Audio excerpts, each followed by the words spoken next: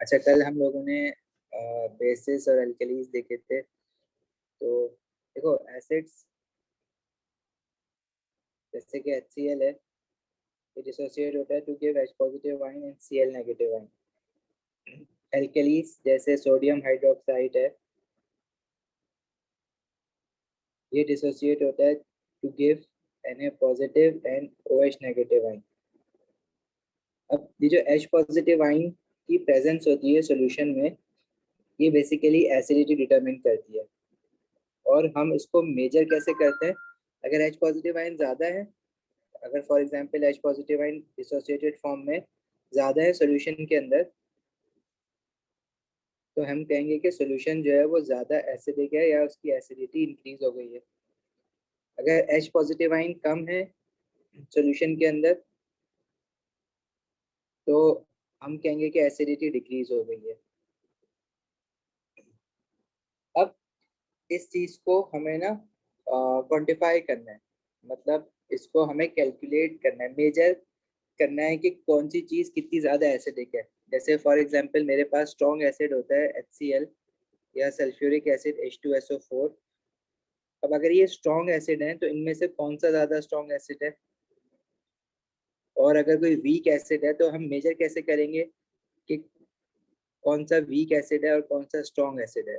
ये तो थ्योरेटिकल बात हमने करी ना, कि जो वीक एसिड है वो इनकम्प्लीटली आयोनाइज्ड होता है और जो स्ट्रॉन्ग एसिड है वो कम्प्लीटली आयोनाइज्ड होता है।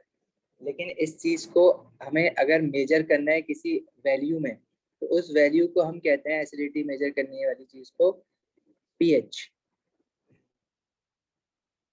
बेसिकली हमारे पास जो pH होता है, it is a scale which is used to determine acidity। और जो pH स्केल होता है उसकी वैल्यू स्टार्ट होती है 1 से और एंड होती है 14 पे, और बीच में जो 7 वैल्यू होती है pH की, वो रिप्रेजेंट करती है न्यूट्रल सॉल्यूशन। न्यूट्रल सॉल्यूशन क्या होता है? जब मेरे पास H positive ion and OH negative ion equal हो, तो ऐसे सॉल्यूशन को हम न्यूट्रल कहते हैं। लेकिन अगर H पॉजिटिव आयन सॉल्यूशन में ज़्यादा है देन OH नेगेटिव आयन, तो pH जो होता है सॉल्यूशन का वो कम होता जाता है। जितने ज़्यादा H पॉजिटिव आयन आप बढ़ाओगे उतना ज़्यादा pH आपका कम होगा। तो अगर हम H पॉजिटिव आयन की कंसंट्रेशन बढ़ाएं या H पॉजिटिव आयन का नंबर बढ़ाएं, तो pH की वैल्यू जो है वो कम होती जाती है। अगर किसी एसिड का pH 1 है और कोई एक और एसिड है उसका pH 2 है, तो जो pH 1 वाला एसिड है वो ज़्यादा स्ट्रॉन्गर एसिड होगा, और pH 2 वाला एसिड कंपैरेटिवली उससे वीकर होगा। तो pH की वैल्यू जितनी ज़्यादा छोटी होगी उतना ज़्यादा हम कहेंगे कि सॉल्यूशन एसिडिक है या स्ट्रॉन्ग एसिड है। तो जैसे जैसे pH की वैल्यू 7 से 1 की तरफ जाती है, तो हमारे पास एसिडिटी इंक्रीज होती है।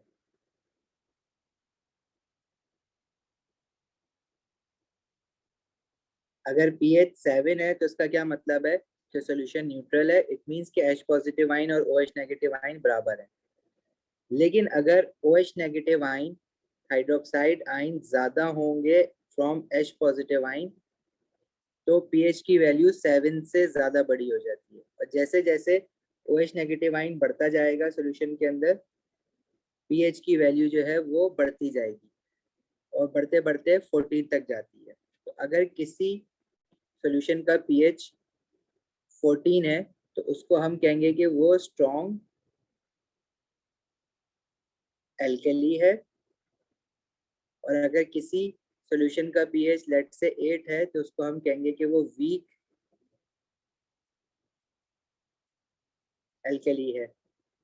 इसी तरह स्ट्रॉन्ग एसिड जो होते हैं उनके pH 1 और 2 होते हैं तकरीबन, लेकिन अगर कोई एसिड है जिसका pH 6 है तो उसको हम कहेंगे कि वो week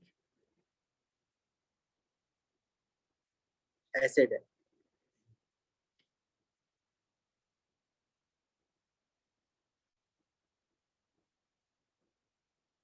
basically strength of acidity, ये हम क्या मेजर कर रहे हैं, स्ट्रेंथ ऑफ एसिडिटी, क्वांटिफाई कर रहे हैं चीज को। तो स्ट्रेंथ ऑफ एसिडिटी हम मेजर करते हैं थ्रू पीएच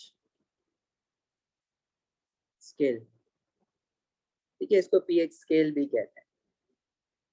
अब ये पीएच चलो सही है, आपने बोला स्ट्रॉन्ग एसिड जो है उसका पीएच जो है वो 1 है, ठीक है, और जो स्ट्रॉन्ग एल्कली है उसका पीएच जो है वो अराउंड 14 या 13 है। लेकिन ये आप मेजर कैसे कर रहे हो, पता कैसे चल रहा है, आप फाइंड आउट कैसे कर रहे हो कि पीएच कितना है? तो पीएच मेजर करने के लिए हमारे पास कुछ तरीके होते हैं, जिनमें से एक तरीका है by using a pH meter.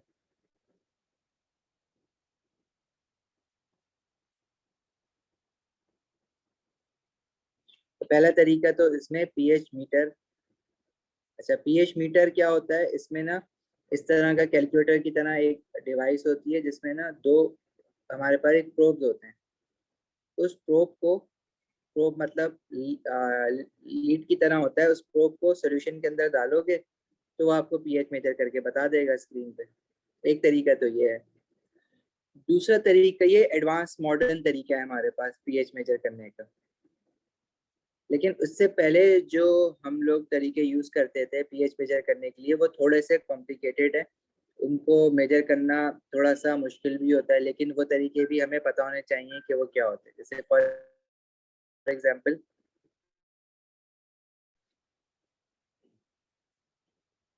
ये चीज डिस्कस हुई भी है यहाँ पे। तो अगर किसी भी सोल्यूशन का पीएच मेजर करना है तो एक तरीका तो मैंने आपको बताया पीएच मीटर, जो कि सबसे आसान है।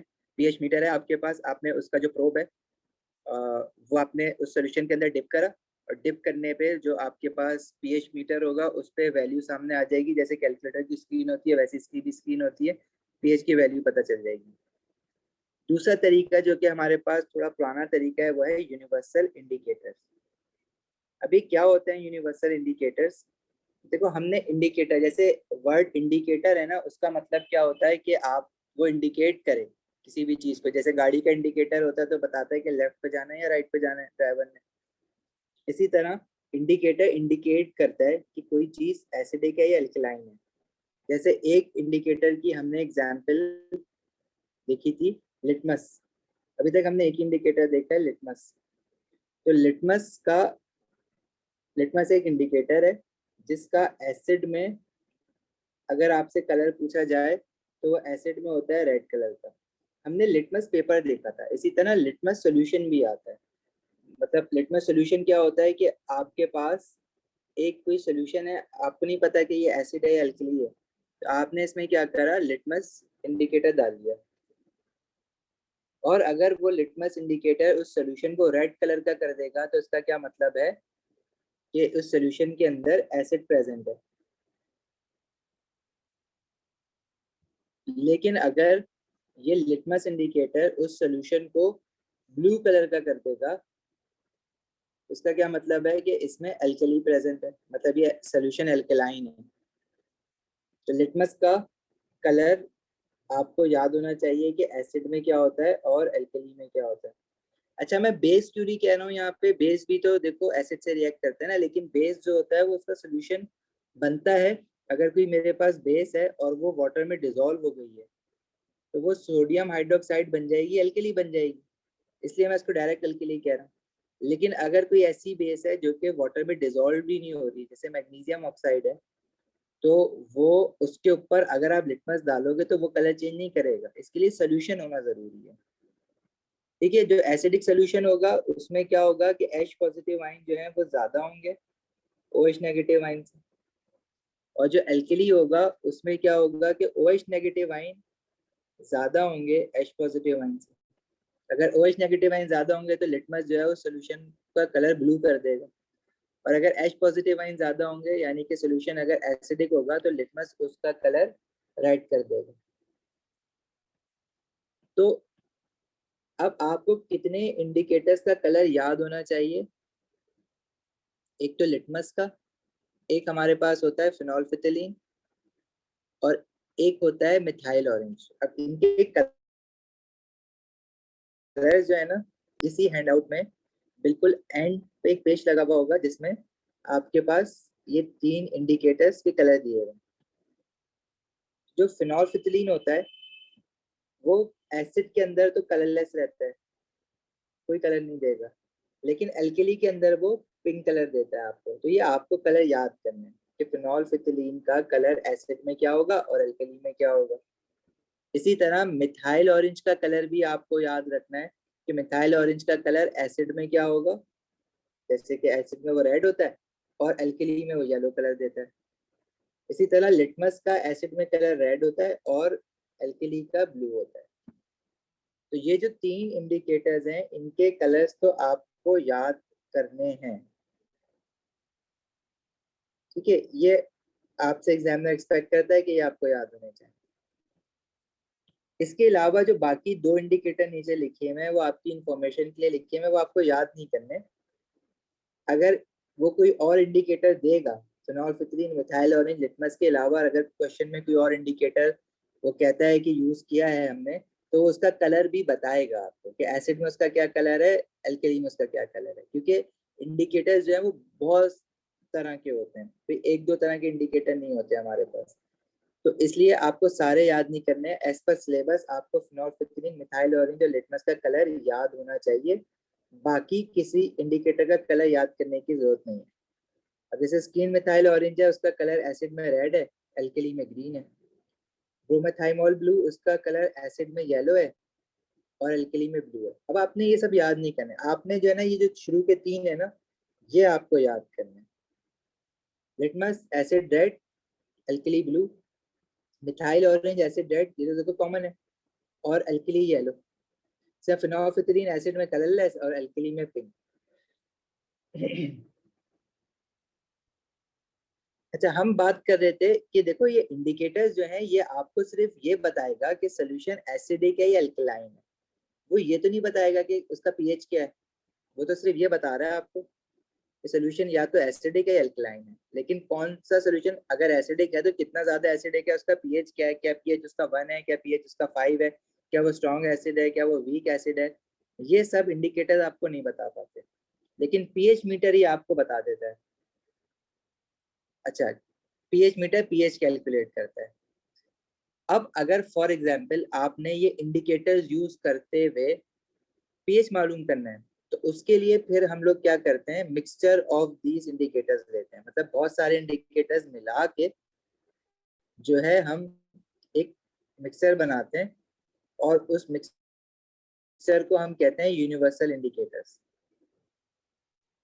और यूनिवर्सल इंडिकेटर्स में बहुत सारे इंडिकेटर्स एक साथ मिक्स हुए हुए होते हैं। अच्छा, तो अब डिफरेंट कलर की रेंजेस आएंगी, क्योंकि एक ही इंडिकेटर पीएच 1 पे कुछ डिफरेंट कलर दे रहा होगा, दूसरा इंडिकेटर कुछ और दे रहा होगा, तो कुछ कलर मिक्स होके हमें दिख रहा होगा। तो उसकी बेसिस पे हम लोग एक कलर चार्ट ऑलरेडी बना के रखते हैं कि अगर कोई भी यूनिवर्सल इंडिकेटर है, आपने किसी मार्केट से इंडिकेटर लिया है यूनिवर्सल इंडिकेटर, तो हर यूनिवर्सल इंडिकेटर के साथ एक कलर चार्ट आएगा। उस कलर चार्ट से हम कंपेयर करेंगे। फॉर एग्जाम्पल हमारे पास एक सोल्यूशन है इसका पीएच मैं कह रहा हूँ कि उसका पीएच 2 है, और दूसरा सोल्यूशन है उसका पीएच 3 है। अब अगर मैं इसमें सिर्फ एक इंडिकेटर डालूं, जैसे मैं इसमें मिथाइल ऑरेंज डाल दूं दोनों में, तो मिथाइल ऑरेंज दोनों के अंदर जो है वो रेड कलर दे देगा, एक जैसा रेड कलर दे देगा, इसमें भी रेड इसमें भी रेड। लेकिन मिथाइल ऑरेंज ये नहीं बता सकता कि किसका पीएच कम है किसका ज्यादा है, और पीएच की वैल्यू तो हरगिज नहीं बता सकता। लेकिन अगर मैं इसी सॉल्यूशन में मिथाइल ऑरेंज के साथ जो है सारे इंडिकेटर्स मिला के एक मिक्सर डालूं इनका, तो कलर कुछ मिक्स होके कुछ कलर आ रहा होगा। और उस जो भी सप्लायर है जिसने भी वो इंडिकेटर्स बनाए ना, वो अपने इंडिकेटर्स के साथ एक चार्ट देगा आपको। और वो चार्ट कुछ इस तरह का होता है कि लेट से इसमें बहुत सारे कलर रेंजेस होती हैं, कि अगर कलर जो है वो इस तरह से रेड आ रहा है तो पीएच जो है वो उसने कह दिया 1 है। लेकिन अगर कलर जो है वो कुछ इस तरह का लाइट रेड आ रहा है तो उस पर उसने पीएच लिख दिया कि 2 होगा। इस तरह कलर अगर वो कुछ बहुत सारे डिफरेंट शेड्स ऑफ कलर हम लोग ले सकते हैं। अब मैंने यहाँ पे ऐसे येलो ले लिया तो उस पर उसने लिख दिया 3 है। अब येलो भी एक क्लियर कट येलो नहीं होगा, उसका भी कोई शेड होगा येलो का। जैसे फॉर एग्जांपल जैसे आप पेंट, कभी किसी ने पेंट का वो कैटलॉग देखा हो जो घरों में वॉल्स पे पेंट होता है, तो उसमें बहुत सारे कलर्स होते हैं, हर कलर के शेड डिफरेंट होते हैं और उसका एक साथ नंबर लिखा हुआ होता है। इसी तरह अगर क्या कहते हैं लिपस्टिक्स जो होती है उनका एक कलर चार्ट होता है कि इस कलर से मैच करना है आपको, तो इसका ये नंबर है, इस कलर का ये नंबर है, इसका कलर का ये नंबर है। तो जब आप यूनिवर्सल इंडिकेटर डाल देते हो सोल्यूशन में, तो जैसा भी कलर आ रहा होगा, फॉर एग्जांपल अभी इस तरह का कुछ कलर आ रहा है इस सोल्यूशन में, और ये फिर आप यूनिवर्सल चार्ट से जो इंडिकेटर चार्ट है आपके पास, इस चार्ट पे आप देखोगे कि ये कलर कहाँ पे है, और ये कलर आपको मिला लेट्स से पीएच 2 पे, तो इसका क्या मतलब है कि सोल्यूशन का पीएच क्या है, 2 है। इसी तरह आपको एक कलर जो है वो कुछ यहाँ पे मिला, ये यहाँ इस तरह का मिला, और इस कलर के कॉरेस्पॉन्डिंग उसने पीएच जो है वो लिखा हुआ था 6.5, तो इट मींस इस सोल्यूशन का पीएच कितना है, 6.5। अभी में तो मैंने 3 लिखा हुआ है लेकिन ये मैंने चेंज कर दिया ना, दिस इज 6.5। इसी तरह कोई आपको यहाँ पे कुछ मिला, ब्लू का कोई शेड मिला, और यहाँ पे पीएच जो है वो चार्ट पे लिखा हुआ था लेट्स से 11, तो किसी सोल्यूशन में अगर यही वाला ब्लू का शेड मिलेगा तो इसका पीएच आप कहोगे 11। अब ये देखो, ये एक आपने अगर ये चूज करना है तो अब ये पर्सन टू पर्सन गलतियां भी हो सकती हैं। किसी का कलर देखने का कोई क्या कहते हैं, कुछ लोग होते हैं ना कलर ब्लाइंड होते हैं, और कुछ लोग होते हैं जिनको, अब हमें तो नहीं पता किसको क्या कलर क्या दिख रहा है, तो जो जिसको दिख रहा है उसी को पता है। तो क्या पता आप शेड्स में मिक्स कर जाओ कि लाइट ब्लू था, आप समझो कि वो लाइट ब्लू नहीं है, मीडियम ब्लू है, तो इसमें एरर के चांसेस भी होते हैं। ठीक है, और सेकेंडली फिर इसमें आप पीएच मीटर जब आप यूज करते हो तो वो जो है वो आपको एग्जैक्टली क्लियर कट आंसर बता देता है। तो यूनिवर्सल सॉल्यूशन जो है वो सस्ता भी होता है, लेकिन जो पीएच इंडिकेटर है, वो पीएच मीटर जो है वो थोड़ा महंगा होता है, ये एक फर्क है। और पहले जो है वो यूनिवर्सल इंडिकेटर्स यूज होते थे, यूनिवर्सल सॉल्यूशन यूज होता था, पीएच मीटर तो ये एडवांस टेक्नोलॉजी अभी है। सही है, कोई सवाल यहाँ तक किसी का कुछ समझ ना आ रहा हो उसमें?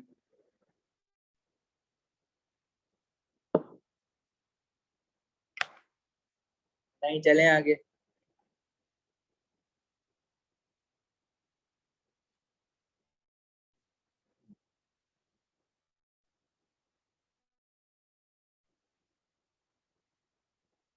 अच्छा, फिर ये कुछ चीजें ऐसी लिखी हैं पीएच सेंसर एंड कंप्यूटर कि मतलब वो जो पीएच मीटर होता है, इससे पीएच सेंसर भी बन सकता है, और पीएच सेंसर जो है डायरेक्टली कंप्यूटर के साथ भी अटैच कर सकते हैं कि अगर किसी सोल्यूशन में कोई रिएक्शन हो रहा है और ड्यूरिंग रिएक्शन पीएच चेंज हो रहा है, तो आप कंटिन्यूअसली पीएच मेजर भी कर सकते हो उसका, और कंप्यूटर पे डिस्प्ले भी देख सकते हो। खैर ये इतनी इंपॉर्टेंट बात नहीं है, ये ऐसी फॉर योर इंफॉर्मेशन यहाँ दली हुई है। बाकी ये यूनिवर्सल इंडिकेटर्स, या इसको हम यूनिवर्सल सोल्यूशन भी कहते हैं, ये एक इम्पॉर्टेंट चीज है। और जो यूनिवर्सल सोल्यूशन है ना हमारे पास, उसका चाहे कोई भी यूनिवर्सल सोल्यूशन हो, उसका जो पीएच 7 है ना, पीएच 7 पे वो ग्रीन कलर देता है हमेशा, तो ये याद रखना कि जो यूनिवर्सल सोल्यूशन है वो पीएच 7 पे ग्रीन कलर देता है। बाकी का याद नहीं करना क्योंकि बाकी का चेंज होते रहते हैं, आप कितने सारे पीएच का याद करोगे, लेकिन पीएच 7 पे यूनिवर्सल सोल्यूशन ग्रीन कलर देता है, ये लिख लो अपने पास, हैंड आउट में नहीं लिखा हुआ, ये याद करना। मुनीब अभी आज ही करेंगे इसके पास पेपर्स।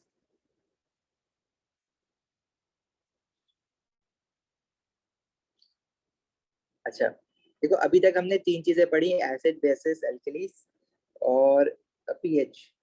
अब ना इसके कुछ पास पेपर्स देख लेते हैं ताकि कुछ चीजें क्लियर हो। पहले एसिड बेसिस के देखेंगे, फिर साथ फिर आगे चीजें पढ़ेंगे, उसके साथ साथ पास पेपर्स देखते जाएंगे। पास पेपर्स इस चैप्टर के वाकई थोड़े मुश्किल हैं, ठीक है, तो इसके पास पेपर्स पे फोकस करना पड़ेगा। इनफैक्ट मैं ये कहता हूँ कि ये ओ लेवल केमिस्ट्री का सबसे मुश्किल जो टॉपिक है ना, वो एसिड बेसिस एंड सॉल्ट्स ही है।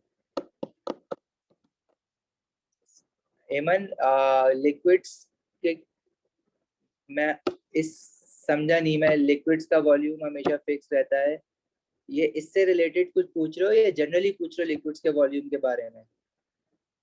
और यस, लिक्विड्स का वॉल्यूम जनरली तो फिक्स रहता है, शेप चेंज होता है, वॉल्यूम फिक्स रहता है।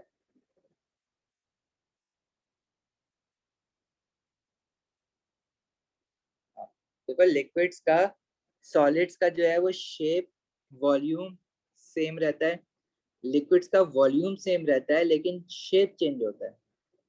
क्योंकि देखो अगर आप 1 लीटर कोल्ड ड्रिंक लेकर आए हो, तो 1 लीटर कोल्ड ड्रिंक को अगर आप ग्लासेस में निकाल लोगे तो रहेगी तो वो 1 लीटर ना, ऐसा तो नहीं होगा वो ग्लासेस में निकल निकल के ज्यादा हो जाएगी। लेकिन जो गैसेस होती है ना, उनका वॉल्यूम भी चेंज होता है और उनका शेप भी चेंज होता है। Gases take the shape of their container as well as the volume of their container. और उसका रीजन क्या होता है कि हमारे पास अगर एक छोटा कंटेनर है, उसमें गैस मॉलिक्यूल है, तो gas molecule they are in continuous random motion, वो दूर दूर फैल जाते हैं। अच्छा, यही गैस अगर मैं ट्रांसफर कर दूं, मतलब और गैस नहीं, सिर्फ यही वाली गैस, यही नंबर ऑफ मॉलिक्यूल मैं ट्रांसफर कर दूं किसी बड़े कंटेनर में, तो वो बड़े कंटेनर में भी दूर दूर ही फैल जाएंगे, पूरे कंटेनर का वॉल्यूम ऑक्यूपाई कर लेंगे। तो इसलिए हम कहते हैं कि गैस का वॉल्यूम भी चेंज हो जाता है और उसका शेप भी चेंज हो जाता है।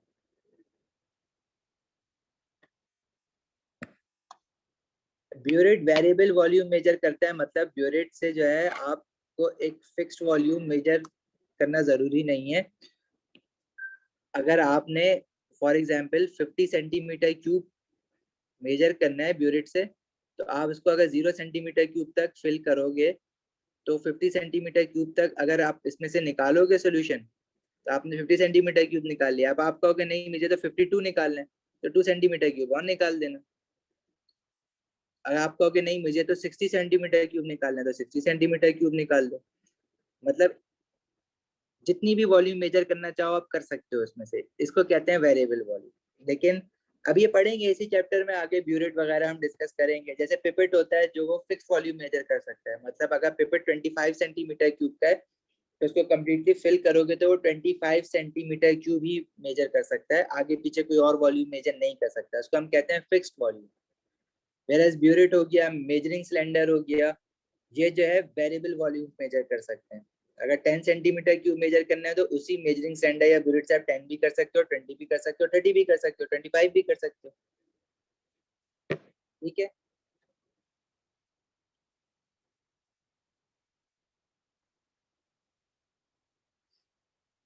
अच्छा जी, मूविंग ऑन। इसका क्वेश्चन, ये क्या हो गया?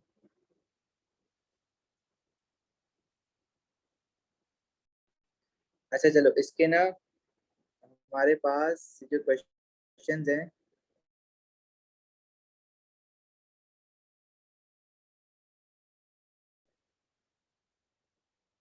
जिसके देखते हैं, साथ साथ क्वेश्चंस करेंगे। देखो इसमें, इस चैप्टर में हम लोग पेपर 1, पेपर 2 और पेपर 4 तीनों तीनों के क्वेश्चंस करेंगे, क्योंकि तीनों के बनते हैं। पेपर 4 का अच्छा खासा पार्ट जो है ये चैप्टर कवर कर लेता है। ऐसे क्वेश्चन 1 कह रहा है which pair of substances react to form salt and water only. तो हमें पता है कि सॉल्ट एंड वाटर कब बनता है, अगर एसिड किसी बेस के साथ रिएक्ट करे तो सॉल्ट एंड वाटर बनाता है, और अगर एसिड एल्कली के साथ रिएक्ट करे तो भी सॉल्ट एंड वाटर बनता है। अब ऑप्शन 1 में कह रहा है aqua sodium chloride and aqua silver nitrate. अच्छा, अभी देखो ये सोडियम क्लोराइड और सिल्वर नाइट्रेट ये दोनों के दोनों सॉल्ट्स हैं, ठीक है। अभी ये हमने नहीं पढ़ा कि दो सॉल्ट अगर आपस में मिक्स करो तो उनके साथ क्या हो सकता है, ये हम पढ़ेंगे बाद में। लेकिन मुझे ये पता है कि अगर मुझे सॉल्ट एंड वाटर बनाना है तो मुझे या तो एसिड और बेस चाहिए या एसिड और एल्कली चाहिए, ये तो मुझे कंफर्म पता है ना। तो इस क्वेश्चन को मैं अभी देख सकता हूँ। जैसे बी में कह रहा है सोडियम हाइड्रोक्साइड और इथेनोइक एसिड, तो सोडियम हाइड्रोक्साइड एक एल्कली है और इथेनोइक एसिड एक एसिड है, जो कि हमने CH3COOH पढ़ा है। तो ये सॉल्ट एंड वाटर बनाता है, इसकी हमने इक्वेशन भी पढ़ी है, सोडियम इथेनोएट एंड वाटर। इसी तरह सी जो है वो sodium carbonate and dilute sulphuric acid है। कल हम लोगों ने रिएक्शंस देखे थे कि मेटल कार्बोनेट्स और एसिड सॉल्ट एंड वाटर तो बनाता है, लेकिन साथ में कार्बन डाइऑक्साइड भी बनाता है। और ये क्वेश्चन में कह रहा है कि सॉल्ट एंड वाटर ओनली, मतलब कोई और प्रोडक्ट नहीं चाहिए, सिर्फ सॉल्ट एंड वाटर। तो इसलिए इसलिए सी नहीं होगा। बी मुझे पता है, बी मेरा आंसर है कंफर्म, क्योंकि वो सॉल्ट एंड वाटर बना रहा है। सी क्यों नहीं होगा? क्योंकि कार्बन डाइऑक्साइड भी बन रही है। और डी कह रहा है zinc and dilute HCl। Zinc और HCl, मेटल और एसिड जो है वो सॉल्ट एंड हाइड्रोजन गैस बनाता है। तो वो सॉल्ट एंड वाटर तो नहीं बना ना, तो डी भी नहीं होगा।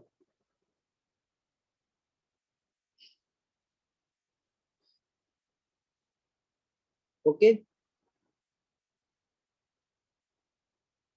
अच्छा, कल हम लोगों ने एक चीज और देखी थी, न्यूट्रलाइजेशन रिएक्शन।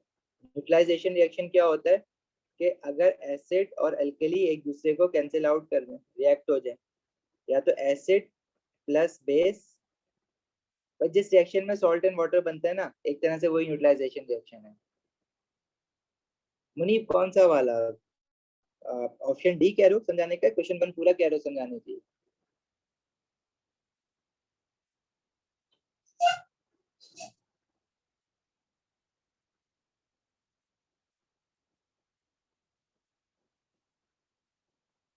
अच्छा, क्वेश्चन वन देखो मुनीब, इसमें हमें ये कह रहा है पहला ऑप्शन। पहले तो एक बात बताओ, सॉल्ट एंड वाटर आपने किस रिएक्शन में पढ़ा है? हमने दो तरह के रिएक्शन ऐसे पढ़े हैं जिसमें सॉल्ट एंड वाटर बनता है। एक तो एसिड जब बेस के साथ रिएक्ट करता है तो वो बनता है salt and water.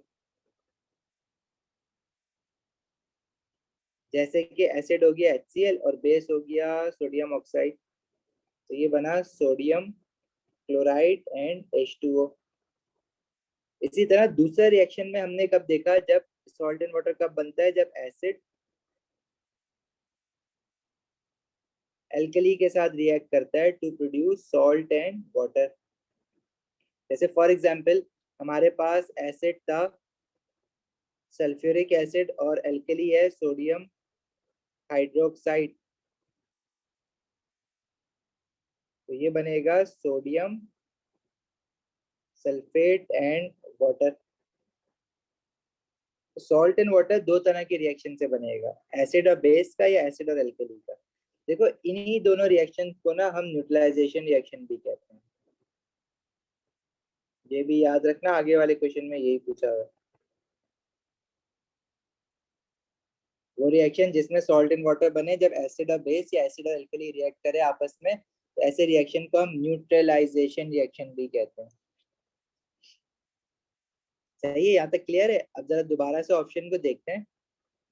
Option B में देखो, सोडियम हाइड्रोक्साइड है, एल्कली है और डाइल्यूट इथेनोइक एसिड है। इथेनोइक एसिड एसिड है, तो एल्कली और एसिड आ गया ना, तो सॉल्ट एंड वाटर बनाएगा। हमने यही तो बात की, या तो एल्कली एसिड या बेस एसिड रिएक्ट करेगा तो सॉल्ट एंड वाटर बनाएगा। इसी तरह मैं बाकी ऑप्शंस को इसलिए डिस्कस करता हूँ कि वो हमें पता चले कि वो गलत क्यों है।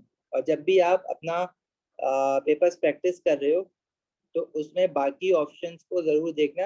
एग्जाम में अगर आपको पता है कि एक ऑप्शन क्लियर कट आपको पता है कंफर्म हो 100% कि वो सही है, तो बाकी ऑप्शन पढ़ के फिर टाइम जाया करने की जरूरत नहीं है। लेकिन अगर आपको लगे कि आपका टाइम का पेस अच्छा चल रहा है एग्जाम में, तो फिर भी फॉर सेफ साइड बाकी ऑप्शन देख लेने चाहिए, क्योंकि कभी कभार बंदा ओवर कॉन्फिडेंट हो जाता है और बाकी चीजें देख के सामने आके वो थोड़ा सा फिर समझ आ जाता है। लेकिन बहरहाल प्रैक्टिस करते वक्त तो आपने सारे ऑप्शन देखने के, जो सही है वो तो सही है ठीक है, लेकिन जो गलत है वो गलत क्यों है। तो मैं ये बता रहा था, ए जो है वो, ए में ना तो कोई एसिड लिया हुआ है ना कोई एल्कली है, ना एसिड है ना बेस है। अब हमने पढ़ा कि सॉल्ट एंड वाटर एसिड या बेस से बनेगा या एसिड या एल्कली से बनेगा, तो ए में ना ही कोई एसिड है ना ही कोई एल्कली है। ए में है सोडियम क्लोराइड जो कि सॉल्ट है, और सिल्वर नाइट्रेट वो भी सॉल्ट है। तो दो सॉल्ट मिलके एक तीसरा सॉल्ट जरूर बना सकते हैं, लेकिन वाटर नहीं बनाएंगे वो। सही। इसी तरह ऑप्शन सी जो है वो सोडियम कार्बोनेट है और सल्फ्यूरिक एसिड है। अब carbonate, metal carbonate, sodium carbonate और सल्फ्यूरिक एसिड जब रिएक्ट होगा तो हमने कल कार्बोनेट्स का रिएक्शन देखा, तो वो क्या बनता है, salt, water and carbon dioxide gas भी बनती है ना। वो ऑप्शन में कह रहा है salt and water only, only का वर्ड यूज कर रहा है वो। ओनली का मतलब है कि कार्बन डाइऑक्साइड भी नहीं बने, लेकिन तो इसलिए ये ऑप्शन नहीं होगा क्योंकि इसमें कार्बन डाइऑक्साइड भी बन गई। वो कह रहा है सिर्फ सॉल्ट और वाटर ओनली। सही है मुनीर। अब अगर क्वेश्चन 2 को देखो, क्वेश्चन 2 कह रहा है which reaction does not involve neutralisation. अब न्यूट्रलाइजेशन अभी अभी हमने देखा, एसिड या बेस अगर रिएक्ट करे आपस में तो ऐसे रिएक्शन को न्यूट्रलाइजेशन कहते हैं, या एसिड और अल्कली आपस में रिएक्ट करे तो ऐसे रिएक्शन को हम न्यूट्रलाइजेशन कहते हैं। अच्छा, इसी तरह जो अमोनिया गैस है ना, उसके बारे में याद रखना, वो बेसिक होती है, बेस होती है। ये शायद अभी आगे हमने आया नहीं है, आगे आ जाएगा, पर अमोनिया जो है वो बेस होती है, बेसिक गैस है। तो सल्फ्यूरिक एसिड और अमोनिया, तो ammonia is a base, sulphuric acid is an acid. तो एसिड और बेस जब रिएक्ट हो रहा है तो वो न्यूट्रलाइजेशन रिएक्शन है। अच्छा, अब कुछ लोगों का इसमें ये है न्यूट्रलाइजेशन रिएक्शन ना, तो इट मींस ये आंसर नहीं है मेरा। वो कह रहे हैं नॉट अ न्यूट्रलाइजेशन रिएक्शन। अच्छा, ये जो ऑप्शन ए है ना, इसमें कुछ लोग सवाल ये करते हैं कि न्यूट्रलाइजेशन रिएक्शन में ऊपर वाले क्वेश्चन में तो बताया आपने सॉल्ट एंड वाटर बनता है, इसमें वाटर कहाँ है? ठीक सवाल है बिल्कुल। देखो, अगर ऑप्शन सी देखो तो उसमें एसिड है सल्फ्यूरिक एसिड और बेस है कॉपर ऑक्साइड, तो उसमें सॉल्ट एंड वाटर बन रहा है ना, तो मतलब ये न्यूट्रलाइजेशन रिएक्शन है। ऑप्शन डी जो है सल्फ्यूरिक एसिड और सोडियम हाइड्रोक्साइड, ये एसिड और अल्कली है, सॉल्ट एंड वाटर बन रहा है, मतलब ये भी न्यूट्रलाइजेशन रिएक्शन है। अच्छा, अब रह गया ए और बी में से। तो बी जो है उसमें एसिड तो है सल्फ्यूरिक एसिड, लेकिन अल्कली या बेस नहीं है। Barium chloride is what, it is हमारी सॉल्ट है, बेरियम क्लोराइड सॉल्ट है, और इसके प्रोडक्ट में भी सॉल्ट एंड वाटर नहीं है, सॉल्ट तो है लेकिन वाटर नहीं है। अब पहली बात तो देखो, ये कैसे पहचानोगे कि कौन सी चीज सॉल्ट है, कौन सी चीज एसिड है, कौन सी चीज अल्कली है? तो एसिड का तो मैंने कहा था, आप याद कर लो जितने भी आपको बताए गए। एसिड में तो कोई गुंजाइश ही नहीं है, याद करना पड़ेगा। Sulphuric acid, nitric acid, hydrochloric acid, carbonic acid, ethanoic acid, ये तो आप याद कर लो, और फॉस्फोरिक एसिड। रहा सवाल एल्कली का, एल्कली कैसे पहचानोगे? उसमें एक मेटल होगा, मेटल कौन सा होता है, ग्रुप 1, ग्रुप 2, ग्रुप 3 या ट्रांजिशन एलिमेंट। और दूसरा एनाइन जो होगा ना, वो OH होगा, hydroxide, sodium hydroxide, magnesium hydroxide, calcium hydroxide, देख लो, आयरन हाइड्रोक्साइड। मेटल है, कैटाइन जो है वो आपका ग्रुप 1, 2, 3 का है, बाकी हाइड्रोक्साइड है, तो वो एल्कली है, तो एल्कली भी पहचान लोगे। अब सॉल्ट कैसे पहचानोगे? देखो, फिर अच्छा, बेस, बेस और सॉल्ट में क्या फर्क कैसे निकालोगे? देखो, बेस में भी कैटाइन होते हैं और सॉल्ट में भी कैटाइन होते हैं। बेस के कैटाइन भी ग्रुप 1, 2, 3 और ट्रांजिशन एलिमेंट वाले होंगे। सॉल्ट के कैटाइन यानी पॉजिटिवली चार्ज आयन की मैं बात कर रहा हूँ, वो भी हमारे पास ग्रुप 1, 2, 3 या ट्रांजिशन ब्लॉक वाले होंगे। फर्क कहाँ पे आएगा? फर्क यहाँ पे आएगा, जो बेस है ना उसमें एक एलिमेंट हर हाल में ऑक्सीजन होगा, जैसे sodium oxide, magnesium oxide, copper oxide, calcium oxide, aluminium oxide, एक एलिमेंट हर हाल में ऑक्सीजन होगा। लेकिन सॉल्ट के अंदर हमारे पास कैटाइन तो होगा, यही वाले कैटाइन होंगे, सोडियम हो गया या मैग्नीशियम हो गया या कॉपर हो गया या कैल्शियम हो गया, एल्यूमिनियम हो गया। लेकिन जो एनाइन होगा ना, नेगेटिवली चार्ज आयन, वो ऑक्सीजन के अलावा होगा। ऑक्सीजन के अलावा क्या कुछ भी हो सकता है, क्लोराइड हो सकता है, सल्फेट हो सकता है, नाइट्रेट हो सकता है, और अपना फ्लोराइड हो सकता है, मतलब ऑक्सीजन के अलावा कुछ भी हो तो वो सॉल्ट है। तो that's how you would recognise के which one is acid, alkali, base और सॉल्ट। समझ आई बात? इंपॉर्टेंट चीज है। अच्छा जी, अभी अब इसमें अगर मैं ऑप्शन बी की बात करूं तो सल्फ्यूरिक एसिड तो आपने पहचान लिया एसिड है, लेकिन इसके साथ जो है ना बेरियम और क्लोरीन। अब अगर ये बेरियम ऑक्साइड होता तो बेस होती, बेरियम हाइड्रोक्साइड होता तो अल्कली होती, ये बेरियम क्लोराइड है, मतलब ना इसके साथ ऑक्सीजन है ना हाइड्रोक्साइड है, मतलब ये क्या है, सॉल्ट है। तो एसिड और सॉल्ट मिलके सॉल्ट एंड वाटर नहीं बनाता कभी भी। तो बी बी हमारे पास जो है वो क्या कहते हैं, न्यूट्रलाइजेशन रिएक्शन नहीं हो सकता, क्योंकि ये ना तो ये एसिड और अल्कली का रिएक्शन है, ना ये एसिड और बेस का रिएक्शन है, ये तो एसिड एंड सॉल्ट है। तो एसिड एंड सॉल्ट थोड़ी न्यूट्रलाइजेशन होता है, न्यूट्रलाइजेशन क्या होता है, एसिड या अल्कली। अभी बताया ना, एसिड अल्कली के साथ या एसिड बेस के साथ, ये न्यूट्रलाइजेशन रिएक्शन होता है। और बी में जो है वो एसिड और सॉल्ट है, तो this is not a neutralisation reaction. इसका क्या मतलब है, ये हमारा आंसर है B. B is not a neutralisation reaction, ये बात तो सही है। लेकिन अक्सर सवाल उठता है ए पे। ए में एसिड तो दिख रहा है सल्फ्यूरिक एसिड, बेस कहाँ है, मेटल ऑक्साइड कहाँ है या मेटल हाइड्रोक्साइड कहाँ है, ना बेस दिख रही है ना अल्कली दिख रही है, ये तो NH3 दिख रहा है, अमोनिया। ये क्या हुआ, अभी हमने बात की कैटाइन अगर ऑक्सीजन के साथ है तो वो बेस है, अगर हाइड्रोक्साइड के साथ है तो अल्कली है। ये अमोनिया कहाँ से आ गया बीच में। तो अमोनिया के बारे में तुम लोगों को स्पेशली याद रखना है कि अमोनिया जो होता है वो बेस होता है, it is a basic gas. अच्छा, जब ये याद कर लोगे तो अब देखो इसका रिएक्शन वहां पे जो दिया हुआ है ना, वो उसमें वाटर भी नहीं है।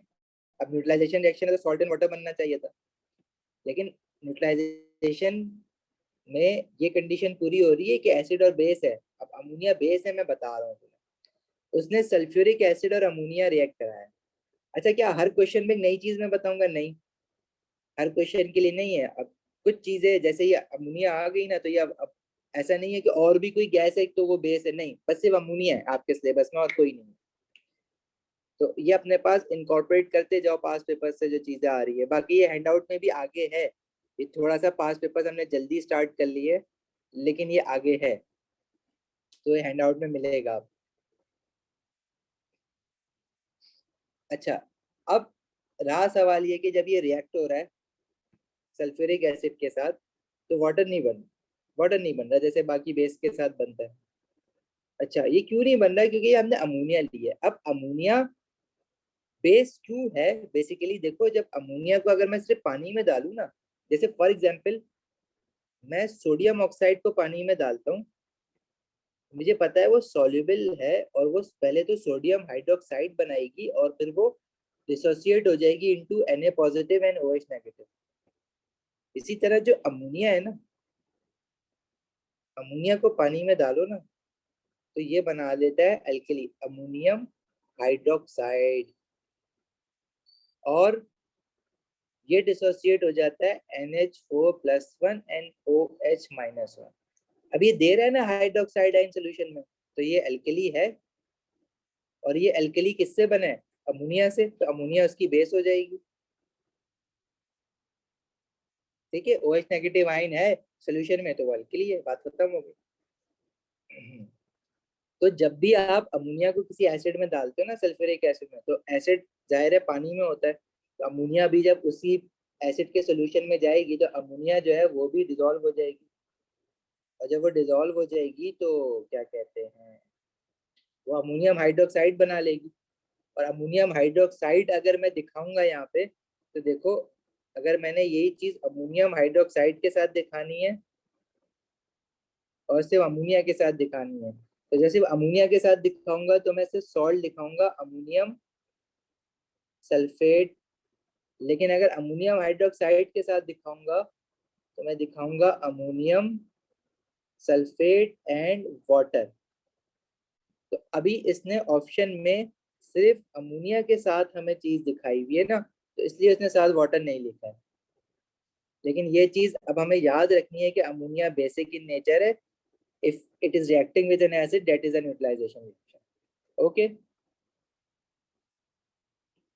कोई सवाल किसी को कुछ समझ ना आया हो, कुछ पूछना हो।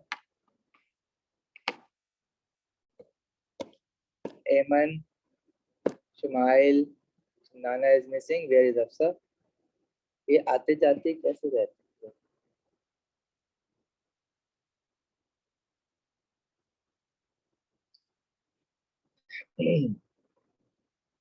चलो आगे बढ़ते हैं।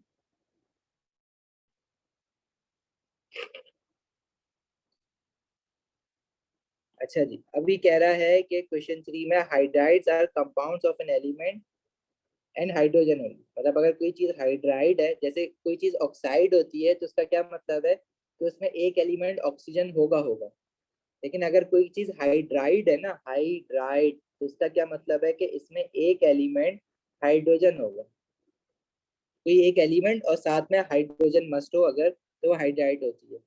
Which statement is not correct. अच्छा, ये वाला ट्रेंड ना इसने बड़ा स्टार्ट किया हुआ है, नॉट करेक्ट। तो जरा देख लेना, उल्टा होता है ये।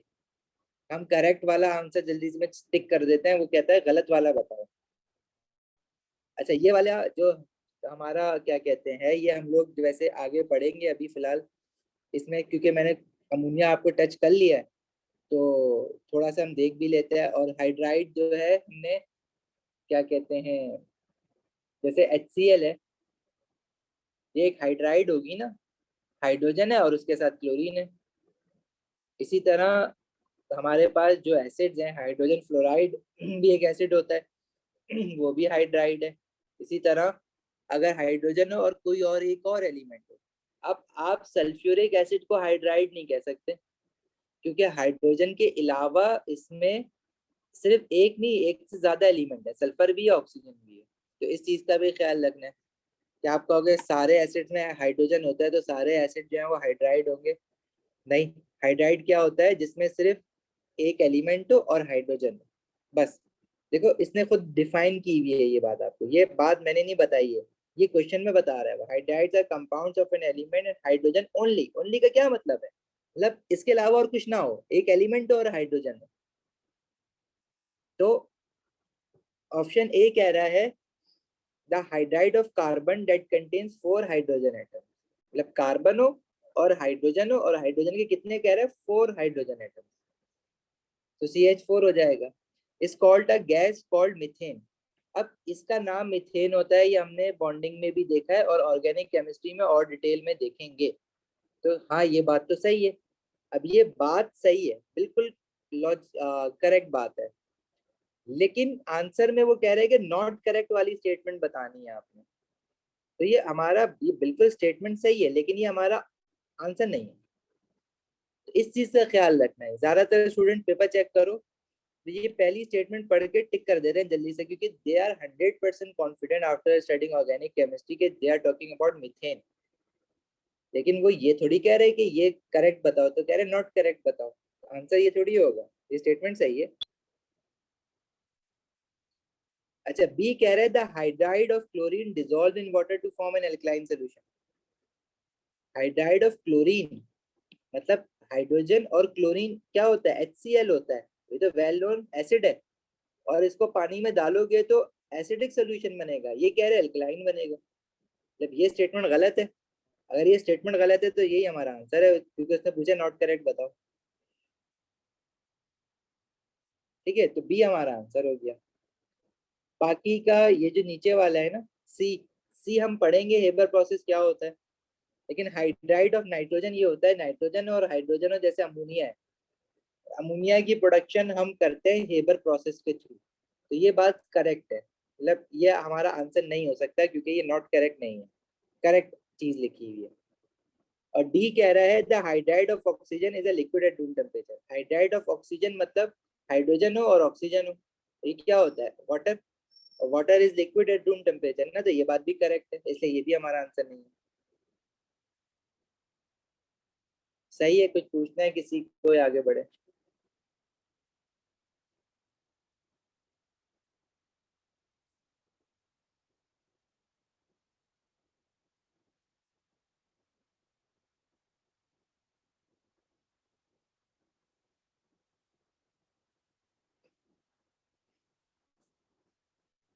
अच्छा, क्वेश्चन 4 है, a colourless solution reacts with magnesium to form a salt and hydrogen gas.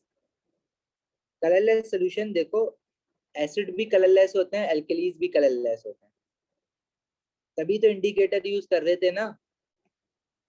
अगर इनका कोई कलर होता, एसिड का अपना अलग से कलर होता, एल्कली का कलर होता, तो फिर इंडिकेटर यूज करने की जरूरत ही नहीं पड़ती। कलरलेस होते हैं, पानी जैसे होते हैं। अच्छा, वो कह रहा है कि कलरलेस सोल्यूशन है, मैग्नीशियम के साथ रिएक्ट कर रहा है। मैग्नीशियम क्या है? मेटल है। और मेटल के साथ कौन रिएक्ट करता है? एसिड का रिएक्शन पड़ा है ना, acid plus metal to produce salt and hydrogen gas. Salt and hydrogen gas. How is this solution acting? तो कलरलेस सोल्यूशन क्या है? एसिड है। स्ट्रेट फॉरवर्ड आंसर है।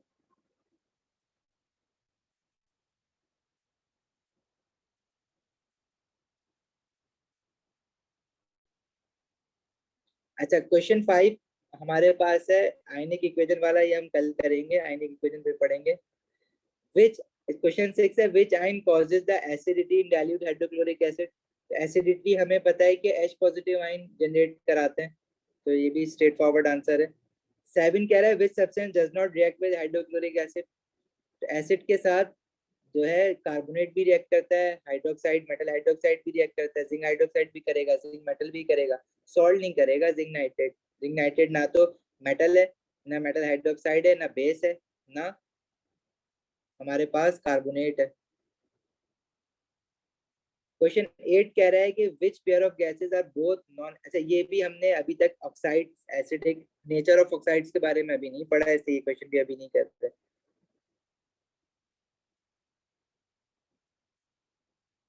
अच्छा जी,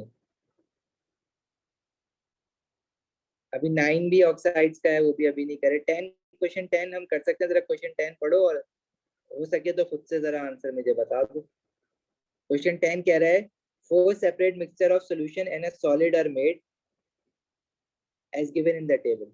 Four separate mixtures of solution in a solid.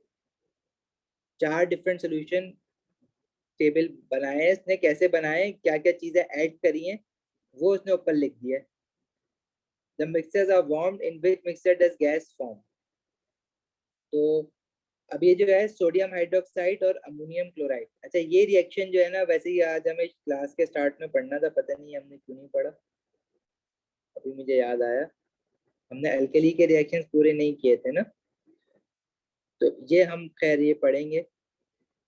और question 10 में चलो ये पढ़ के करेंगे ना, ये कल करेंगे। बाकी देखो क्वेश्चन जो है ना, अभी भी आगे हमें इस चैप्टर में चीजें और पढ़नी है, जिससे ना हम लिंक अप कर सकेंगे क्वेश्चन, क्योंकि क्वेश्चन बड़े मिक्स आते हैं इसके। अब जैसे क्वेश्चन 12 है, तो हाँ ये कर सकते हैं। Diagram show some reaction of copper compound which change is made by adding an acid.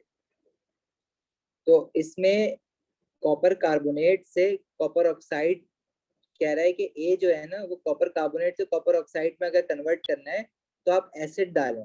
तो ये बात, ऐसा तो कोई रिएक्शन नहीं है कि मैं मेटल कार्बोनेट में, जैसे कि कॉपर कार्बोनेट है, इसमें मैं बेशक कोई भी एसिड डाल दूं तो जो मेरे पास मेटल ऑक्साइड नहीं बन सकता, सॉल्ट बनेगा, कॉपर क्लोराइड बनेगा। अगर मैं सल्फ्यूरिक एसिड डाल दूं तो कॉपर सल्फेट बनेगा, लेकिन किसी भी सूरत ऑक्साइड नहीं बन सकती। तो अगर वो कह रहा है कि कॉपर कार्बोनेट से कोई भी एसिड डाल के आपने मेटल ऑक्साइड बना दिए, कॉपर ऑक्साइड बना दिए, तो वो पॉसिबल नहीं है। तो ए तो आंसर नहीं हो सकता। अच्छा, पार्ट बी में वो ये कह रहा है कि कॉपर, अब देखो एरो किस डायरेक्शन में जा रहा है, कॉपर ऑक्साइड से कन्वर्ट हुआ है कॉपर में। मतलब आपने मेटल ऑक्साइड से कॉपर बना दिया एसिड डाल के, ऐसा तो कोई नहीं है। हाँ, उल्टा है इसका कि आपने एसिड में, अगर आपने मेटल डाला, फॉर एग्जाम्पल अगर आपके पास कोई एसिड है, उसमें आपने मेटल डाल दिया, तो वो सॉल्ट बन जाएगा, लेकिन ऑक्साइड फिर भी नहीं बनेगा। लेकिन ये तो कह रहा है कि कॉपर ऑक्साइड से मेटल आ गया, ऐसा भी कोई रिएक्शन नहीं है। इसी तरह सी में कह रहा है कॉपर सल्फेट से कॉपर, ऐसा भी कोई रिएक्शन नहीं है। डी जो है ना, अब ऑप्शन ही डी बचा है हमारे पास, उसमें क्या कह रहा है, कॉपर कार्बोनेट से कॉपर सल्फेट बना है। हाँ, मैंने अब सल्फ्यूरिक एसिड लूंगा अगर कॉपर कार्बोनेट के साथ, तो कॉपर सल्फेट बनेगा ना, salt, water and carbon dioxide. तो थोड़ी सी क्वेश्चंस की प्रैक्टिस करोगे तो इसके क्वेश्चंस के फैशन में आ जाओगे कि अच्छा ऐसे ऐसे पूछते हैं, ऐसे ऐसे करना है हमें। तो it requires a bit of practice. अब आप लोग, मैं तो सजेस्ट करूंगा कि ये अगर हैंड आउट नहीं है तो मैं भेज देता हूँ अभी। तो जितने ज्यादा क्वेश्चंस करोगे उतना ज्यादा आप लोगों के लिए बेटर होगा। इसी तरह क्वेश्चन 12 कह रहा है, 13 कह रहा है what is characteristic of a weak acid. तो वीक एसिड हमें पता है कि वो इनकम्प्लीटली आयोनाइज होते हैं या पार्शियली आयोनाइज होते हैं। तो हमने वर्ड पढ़े आयोनाइज के, या तो अगर जो वीक एसिड है वो इनकम्प्लीटली आयोनाइज होता है, मतलब पूरी तरह नहीं होता है, और इनकम्प्लीट का सिनोनिम क्या होता है? पार्शियल। तो इनकम्प्लीट लिख दो या पार्शियल लिख दो, एक ही बात है। सी।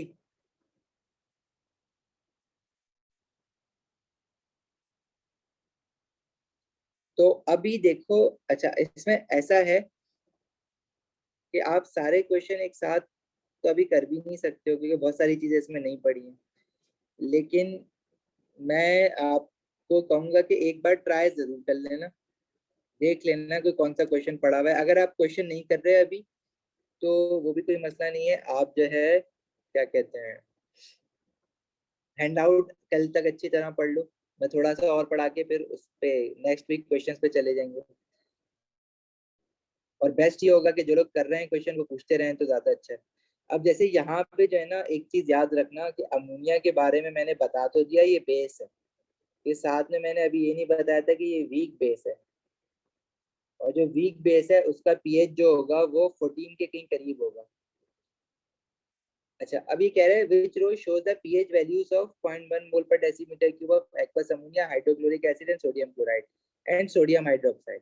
अब सोडियम क्लोराइड तो सॉल्ट है ना, अब जो सॉल्ट है उसका पीएच तो 7 होगा।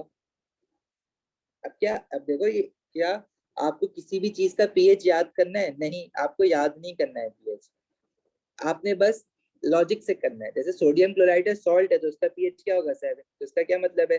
सी या डी में से कोई आंसर है, ए और बी नहीं हो सकते। इसी तरह आपने ये माइंड में रखना है कि अमोनिया जो है ना वो वीक बेस है, और एसिड HCl स्ट्रॉन्ग एसिड है, ये मैंने बताया हुआ है, हैंडआउट में भी लिखा हुआ है। और सोडियम हाइड्रोक्साइड जो है वो स्ट्रॉन्ग एल्कली है, ये भी मैंने बताया हुआ है, ये भी हैंडआउट में लिखा हुआ है आपके पास। तो जो स्ट्रॉन्ग एसिड है उसका पीएच जो होता है वो कम होता है, मतलब 7 से कम होगा, 1 के करीब होगा। अब अगर मैं ऑप्शन सी और डी को देखूँ ना, अगर फॉर एग्जाम्पल आपको ये नहीं भी याद कि HCl जो है स्ट्रॉन्ग एसिड है, तो यहाँ पे ए और बी तो हमने कैंसिल कर दिए on the basis of what के सोडियम क्लोराइड सॉल्ट है, उसका पीएच 7 होना चाहिए। तो ए और बी तो आंसर हो ही नहीं सकता, क्योंकि उसमें पीएच एक जगह 13 दिया हुआ है, एक जगह 11 दिया हुआ है। लेकिन अगर मैं सी और डी देखूं तो पीएच 7 है। लेकिन HCl का पीएच, क्योंकि ये एसिड है ना, तो इसका पीएच, अब अगर आपको नहीं याद कि ये स्ट्रॉन्ग है या वीक है, लेकिन ये इतना तो याद है ना कि ये एसिड है, तो अगर ये एसिड है तो इसका पीएच तो 7 से कम होना चाहिए। ऑप्शन डी में इसका पीएच 11 लिख दिया, मतलब ऑप्शन डी भी गलत हो गया। बचा है क्या? Option C. Sodium hydroxide alkali है, उसका पीएच 7 से बड़ा है 13। और अमोनिया जो है वो बेस है, उसका पीएच भी 7 से बड़ा है 11। और अमोनिया के बारे में याद रखना वो भी वीक बेस है। चाहिए कुछ पूछना है?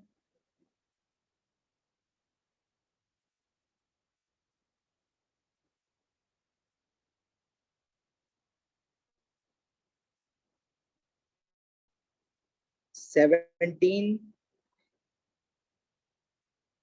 मुनीब 17 पूछ रहे हो ना? Which compound in in a 1 mole per decimetre cube solution has the lowest pH. तो देखो इथेनोइक एसिड वीक एसिड है, बहुत बार बात हुई है हमारी। हाइड्रोक्लोरिक एसिड स्ट्रॉन्ग एसिड है। सोडियम क्लोराइड सॉल्ट है, पीएच क्या होगा? 7। इसका तो मुझे क्लियर कट पता है कि 7 है। सोडियम हाइड्रोक्साइड एल्कली है, उसका पीएच क्या होगा? Greater than 7। कह रहे हैं लोवेस्ट पीएच, तो लोवेस्ट पीएच किसका होगा? स्ट्रॉन्गेस्ट एसिड का। तो सी तो न्यूट्रल है, सॉल्ट है। डी जो है वो एल्कली है, 7 से बड़ा है पीएच। बी जो है वो एसिड है, और ए भी एसिड है। इतना एक एसिड वीक एसिड है, मतलब इसका पीएच जो है वो हाइड्रोक्लोरिक एसिड से बड़ा होगा। तो लोवेस्ट पीएच किसका होगा? स्ट्रॉन्गेस्ट एसिड का। जितना ज्यादा पीएच छोटा होगा उतनी ज्यादा चीज एसिडिक होती है, राइट? क्लास के स्टार्ट में यही बात हुई है ना? सही है मुनीब, आगे ये बात समझ। इस तरह क्वेश्चन 30 में,